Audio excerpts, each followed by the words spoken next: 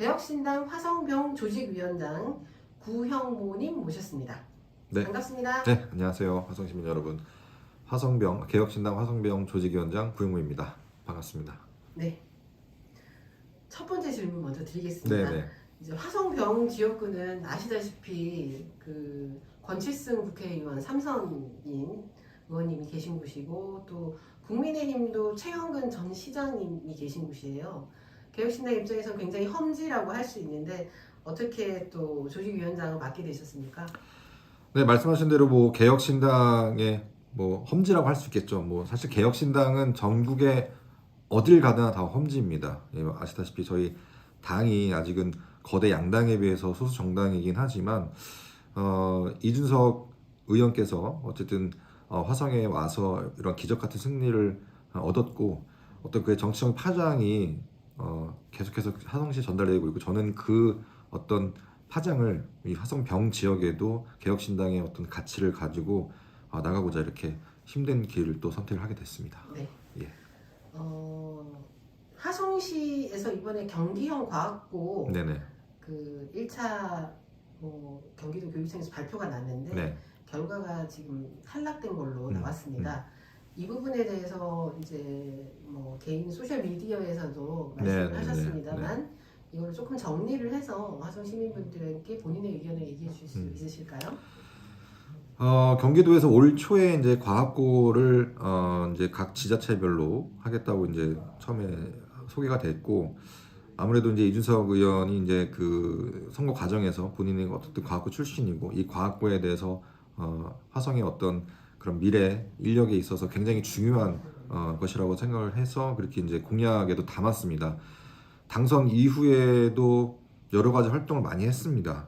실질적으로 화성시정연구원에서 이 과학고 관련 TF들과도 긴밀하게 소통을 하고 그 다음에 임태교육감도 만나서 직접적으로 의견도 피력을 했고요.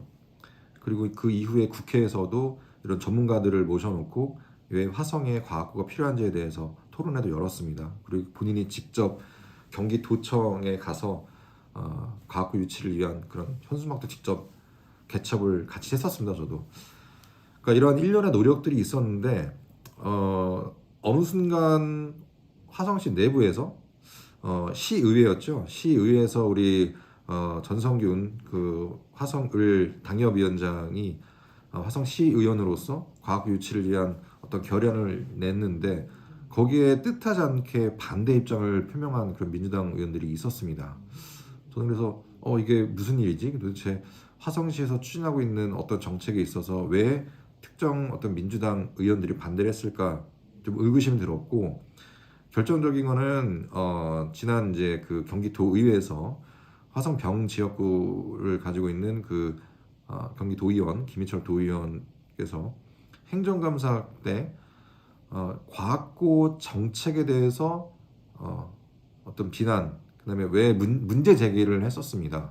왜 이 화성 과학고가 임태교육감의 공약도 없는 어떤 그러한 갑자기 튀어나온 정책이냐 문제를 제기를 했고 이것들이 지자체 간에 어떤 갈등 유발을 한다. 지자체 내 갈등 유발을 한다. 그렇게 문제를 제기를 했었습니다. 그러니까 저는 이해를 할 수 없었던 게 그렇다면은 화성시에서 추진하고 TF까지 만들었던 이 정책을 왜 특정 지역의 민주당 의원들께서 반대를 했는지 좀 굉장히 의구심 들었습니다. 한편으로는 이 개혁신당이라는 이 새로운 정치 세력이 화성에 와서 또 이준석 의원이 당선이 됐고 어떤 이런 이준석의 치적에 어떤 방해를 하는 것이 아닐까라는 의구심이 강하게 들었습니다.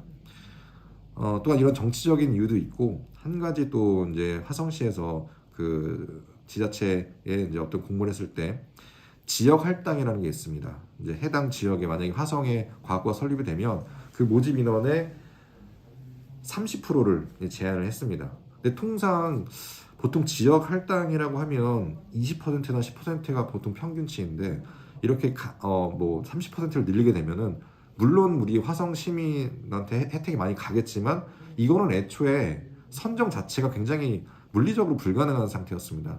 저희는 이거를 파악을 해서 저희 이제 이준석 의원님과 의원실에서도 이거에 대해서 좀 문제가 있다. 이거는 과학고를 하지 말자는 거다. 문제를 제기를 했고 담당 부서에서도 연락을 했지만 결국에는 사실 뭐 이거에 대해서는 시민들이 원하는 거기 때문에 어쩔 수 없다라는 식으로 이렇게 답변을 받았고 결국에는 뭐 이렇게 좀 안 좋은 결과를 얻게 돼서 굉장히 유감이라고 생각이 듭니다. 그 지역 할당 30%가 어쨌든 지자체 간에 경쟁을 해야 되는 상황에서는 불리한 조건이 될 수 있다 이 말씀이신 거죠? 그렇죠. 이제 어쨌든 실무적으로도 굉장히 전략적으로 잘못됐고 그 다음에 정말 합심을 이루어서 어떻게 보면은 경기도청의 어떤 보여지는 모습 자체가 화성시가 정말로 진정성 있게 이 과학고를 원하는구나라고 해야 되는데 지역의 정치인들이 오히려 이 과학고에 대해서 반대 목소리를 내고 오히려 비난을 하는 그런 목소리가 나온다고 하는데 이거는 정말 저희가 모래주머니를 좀 몇 개를 차고 이거를 추진하고 있는 건지 너무 안타깝다는 생각이 듭니다. 예. 네, 알겠습니다. 일단 뭐 화성시에서는 기자들 대상 보도자료에는 결과가 아쉽다 뭐 이런 그렇지만 열심히 했다 뭐 이런 식의 보도자료가 왔습니다. 도착을 했습니다. 일단 시의 입장은 그런 것 같고요. 시민 입장에서는 뭐 경기형 과학고가 화성시의 유치가 되길 굉장히 바랬을 텐데 하는 아쉬움이 있습니다. 학부모 입장도 마찬가지고요. 네, 일단 정리를 좀 해주셔서 말씀을 해주셨고요. 그 다음 질문 또 드리겠습니다. 뭐 아까 이제 1번 질문하고 비슷한데 저희 병지역구 개혁신당의 비전 그리고 뭐 새로운 인물을 어떻게 발굴할 것인가 이런 거에 대한 아이디어가 있으신가요? 개혁신당이 화성에 오고 나서부터 저는 화성시의 어떤 잔잔한 저수지에 굉장히 큰 돌을 더 넣었다라고 생각이 듭니다. 지금껏 화성시의 정치 상황이라고 했을 때 어떤 특정 정당이 된다고 하면 어떻게 보면 당선에 굉장히 유리한 그런 정치적 지형이 있어서 좀 금을 갔다고 생각이 들고요.